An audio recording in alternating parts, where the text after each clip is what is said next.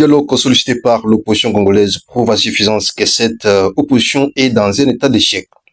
C'est le point de vue du professeur Joseph Kazadi Mukwege qui s'inscrit en faux contre toute démarche d'aller au dialogue. Pour lui, le régime Tshisekedi est en train de se renforcer à la base et le dialogue n'est pas d'actualité. C'est un constat d'échec du côté de l'opposition.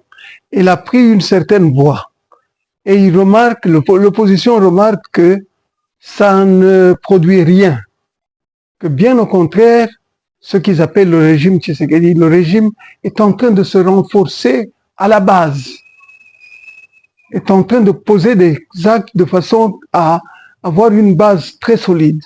Entre autres, avoir une base militaire.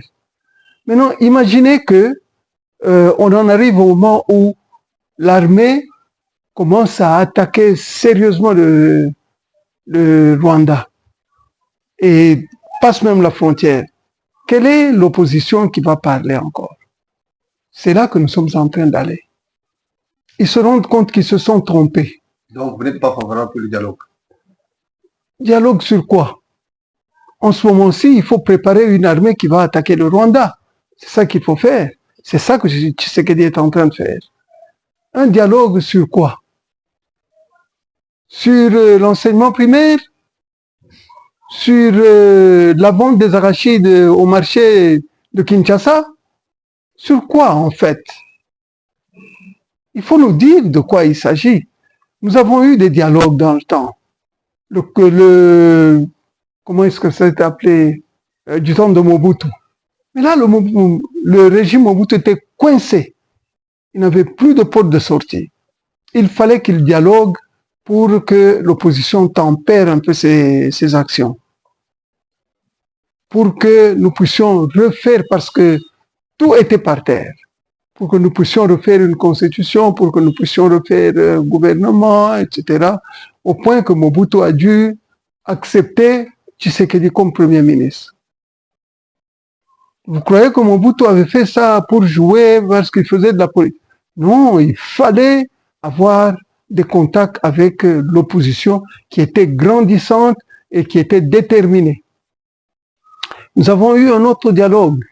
Je crois du temps de Kabila, il y a eu une espèce de petit dialogue d'où sont sortis les premiers ministres de l'UDPS, Tchibala, etc. Kabila était coincé. Il était coincé. Mais ici, Chilombo est coincé.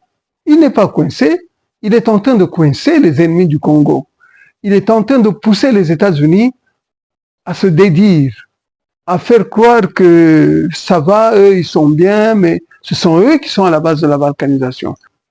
Justement, ça, c'est le fait, nous devons cette dévaluation et la perte de pouvoir d'achat à quoi? À des actions qui viennent de l'extérieur, parce que nous sommes trop appuyés sur le dollar, et alors ceux qui ont le dollar comme pouvoir politique et économique, ils utilisent le dollar contre nous. Nous allons nous en... Il soutient toutefois l'option de passer à la révision de la Constitution.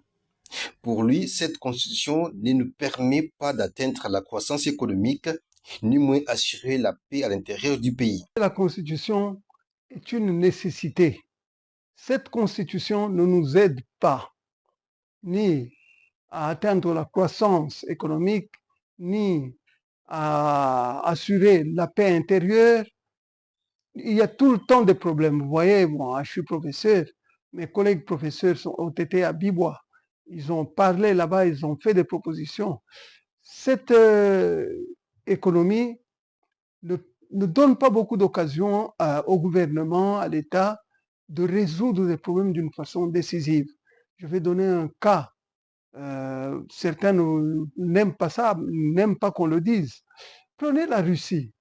Lorsque l'Union soviétique est tombée, la Russie est tombée du point de vue économique, l'organisation de l'armée, tout ça est tombé. On a mis au pouvoir Boris Yeltsin, qui lui passait son temps à boire. On lui envoyait même, les États-Unis lui envoyaient même des casiers de whisky. Heureusement que Boris Yeltsin a pu quand même désigner Poutine comme Premier ministre. Poutine passe comme Premier ministre en 2000 15 années plus tard, Poutine a multiplié les salaires des travailleurs par 15 ou par 20 dans certaines entreprises. Par 15. Ah, imaginez-vous si en 2000 vous touchez 100 dollars, en 2013 vous touchez 1500 dollars, vous imaginez ce que c'est?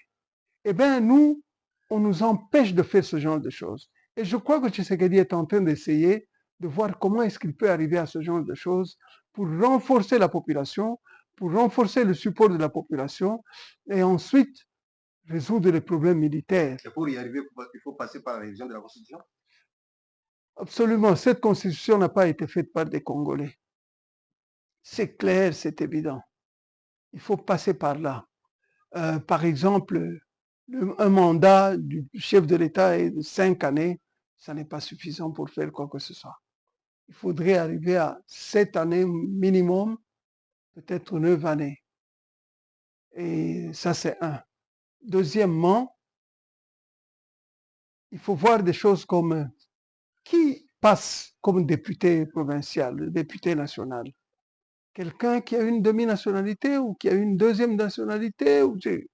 Tout ça, il faut revoir. Il y a beaucoup de choses à revoir dans la Constitution. Il faut surtout, en premier lieu, effacer cette clause qui veut que nous pouvons donner une partie de notre pays à un autre pays. Ne pensez-vous pas que vous énervez l'article 220? Qui dit quoi? Qui, qui a adopté l'article 220? C'est le peuple congolais qui est au-dessus de la Constitution. C'est le peuple congolais qui est censé produire la Constitution. Si le peuple congolais décide qu'il faut changer, c'est le peuple congolais qui est souverain. Ce n'est pas un homme de droit quelque part, qu'il soit français ou belge ou congolais, qui a écrit un article. Cet article-là bloque le peuple congolais pour toujours. Ah non, ça n'est pas comme ça. Il faut revenir à cette idée tout le temps. Hein. C'est le peuple congolais qui décide de la Constitution, quelle qu'elle soit, à n'importe quel moment. Si le peuple congolais décide de changer, le peuple congolais a ce droit-là. La Constitution n'est pas au-dessus du peuple congolais. Joseph Kazadi Mouking digère mal le propos tenu par Martin Fayoulou Madidi, candidat malheureux aux élections présidentielles 2018 et 2023, qui, lors d'une conférence animée vendredi 27 septembre dernier aux États-Unis d'Amérique, affirma que la RDC n'a pas besoin d'une mission de maintien de paix aussi longtemps qu'elle n'a pas de paix, mais plutôt besoin de l'aide des autres pays du monde pour rétablir la paix dans sa partie Est. Pour le professeur Joseph Kazadi Mouking, Martin Fayoulou Je me est dans demande d'où une ça confusion vient, totale. pourquoi est-ce qu'il parle de tels termes.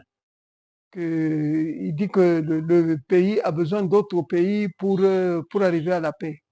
Que le pays n'a pas besoin d'une certaine forme de politique pour... toutes ces idées-là sont plutôt, si pas puériles, sinon confuses.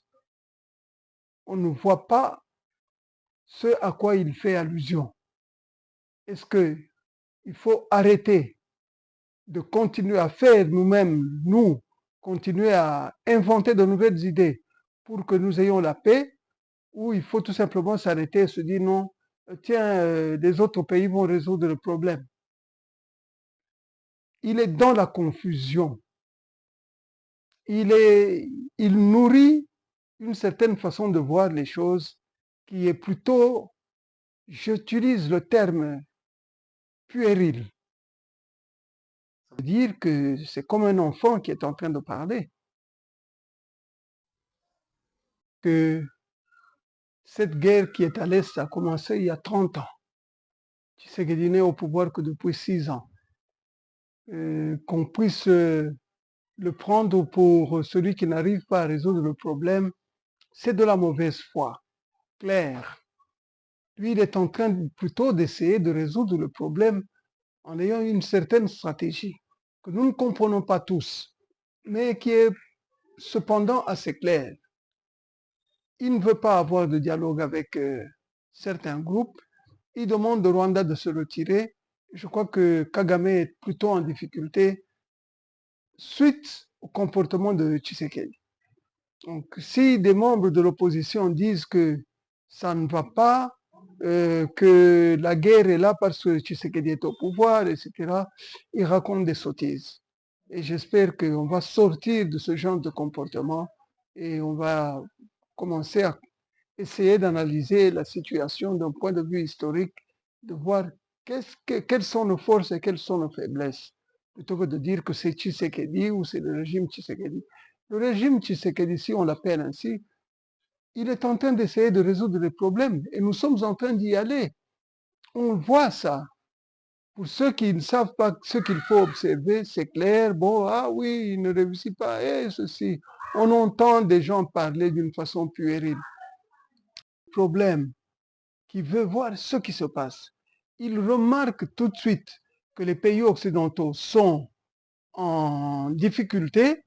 Ces pays espèrent encore arriver à la balkanisation de notre pays, mais il y a déjà des obstacles, ils trouvent des obstacles devant eux, euh, des obstacles qui sont montés par ce que vous appelez le régime Tshisekedi.